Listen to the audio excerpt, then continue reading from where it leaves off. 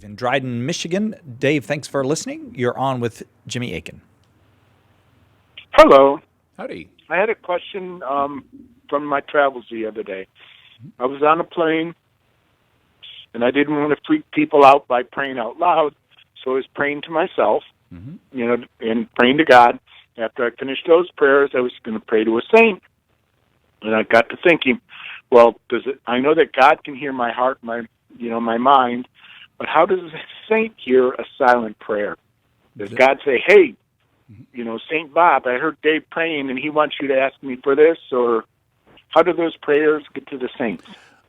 There's no official teaching on this, but the standard understanding in theology is that God makes the saints aware of our prayers. The saints are united with God, and God is omniscient, and God knows we're praying, and so He's also omnipotent. He can certainly make a saint aware of it if someone is asking for that saint's intercession. That's the standard understanding. It seems the most plausible, given what we know, or at least it's a possible way for it to happen. We don't really know a huge amount about what means of learning things that the saints have. Now, presumably, since they don't have their bodies with them in heaven at the moment, presumably they can't hear physically our prayers. So whether it's silent or oral prayer, it's not really going to matter to a saint because they don't have ears right now.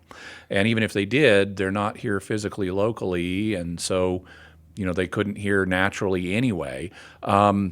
So it's possible that God lets the saints have other, some kind of spiritual sense that we don't really understand, perhaps along the lines of what angels have, but we don't know that. What we do know is that they're in union with God. God knows our prayers, and God can make them aware of it. And so that's the standard understanding in theology of how saints would be aware of our prayers, whether spoken or not.